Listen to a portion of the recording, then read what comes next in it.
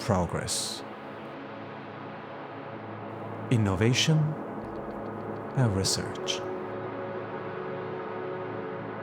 We are constantly surrounded by this message, but can we truly say that we are progressing?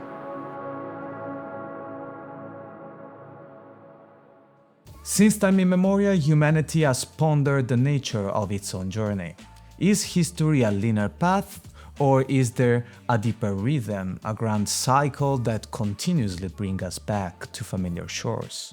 A number of scholars have suggested that life and history unfold in cycles and often repeat. For example, it seems that the Pythagoreans had a cyclical conception of time, represented by the cycles of nature.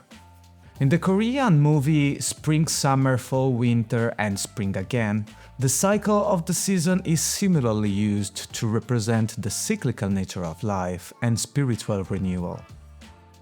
In the 2nd century before Christ, Polybius developed the concept of anacyclosis, the cycle of governments. He argued that states naturally progress from monarchy to tyranny, aristocracy, and then oligarchy. The oppressed people eventually rise, establishing democracy, but this soon paves the way for a new strongman, leading to a return to monarchy.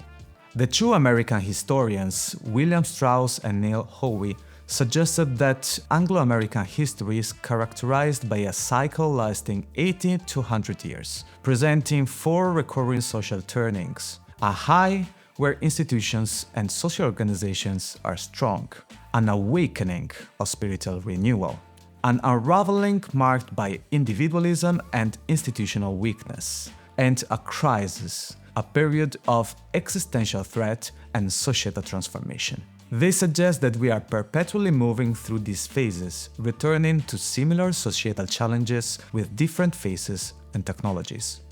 In the field of secular cycles theory, researchers like Sergei Nefedov and Peter Turkin, among others, use mathematical models and statistical analysis to identify historical patterns that drive societal change. Specifically, they highlighted how moments of crisis and social instability usually follow a stage of elite overproduction, where the population increases, available resources become scarce, and inequality rises. These moments of instability, like wars or internal revolutions, functions to re-equalize these indicators. Are we perpetually changing without any real direction? And where is our real improvement? Now, the question of whether we are just changing or truly moving forward is one that becomes highly subjective.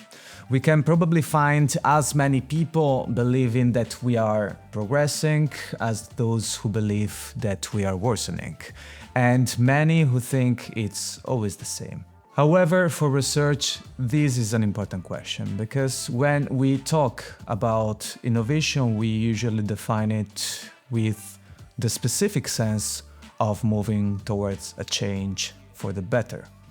We set up a system that drives this innovation forward, creating organizations, expert committees, priority granting mechanisms, and so on. Projects are received and sent to peer reviewers, who revise them and suggest whether they should be funded or not. But is this really effective? For example, we know that reviewers often make mistakes, sometimes purposely to sabotage others, and are rarely held accountable. Or they may follow trends in their field that may not be all that impactful in the long run. We know, for example, that breakthrough projects that could substantially impact the world may receive less funding, as their novelty is met with a corresponding level of uncertainty about the requested outcomes. We should therefore ask whether, despite our efforts, research is actually random. Let's talk numbers. The best minds in the world came together between 2015 and 2017 and wrote a plan for the SDG targets. All over the world, research funding started prioritizing some types of research, favoring sustainable development. But in 2023, the Secretary General of the United Nations says that only 15% of the targets are on track, and many are going in reverse. Now, the idea that as many targets are falling behind as they are progressing may suggest that our outcome could be a result of randomness. The positive results potentially balance the negative ones, suggesting it could be a product of chance in the grand scheme of things. Or that we may have selective problems in some specific fields. Is randomness leading our innovation ecosystem, and what can we do to improve it? Let's bring a concrete example. I showed in my previous video that I once developed a startup idea called Marte, which received recognition from important international initiatives in the sustainable development sector. I eventually submitted a project proposal to a European call for projects. This was rejected despite being constantly praised for its level of innovation by all reviewers. In my first 2021 application, the project was mentioned to present a very substantiated methodology. Reviewers provided a series of comments, but after resubmission, the same very substantiated methodology was now considered completely wrong. Now, this extreme variance is suspicious. If improving a project based on the received comments results in a score decrease in a call with the same objectives and criteria, can we really improve, or is it just a matter of luck? And if it is luck, can we really be getting anywhere? Similarly, my recent investigation showed that one reviewer from the same program only provided very positive feedback for the application, yet removed substantial points in the evaluation grade. Overall, all these results simply show lack of harmonization. Despite research aims to be predictive, it really raises questions about whether the selection of projects is reliable and effective.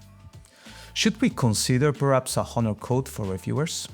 Our data reports that our innovation rate has been decreasing since the 1970s, and we should question if we are really getting anywhere with our innovation ecosystem, or if we are not truly progressing, but just changing the ways in which we experience our reality. Is our quality of life really improving, or are we becoming more and more unhappy? We will talk about this in a future video. Overall, I believe we really need to reconsider the way we innovate. In this video, you will find some ideas on what we could do. For now, thank you for watching, and I hope to see you in the next video.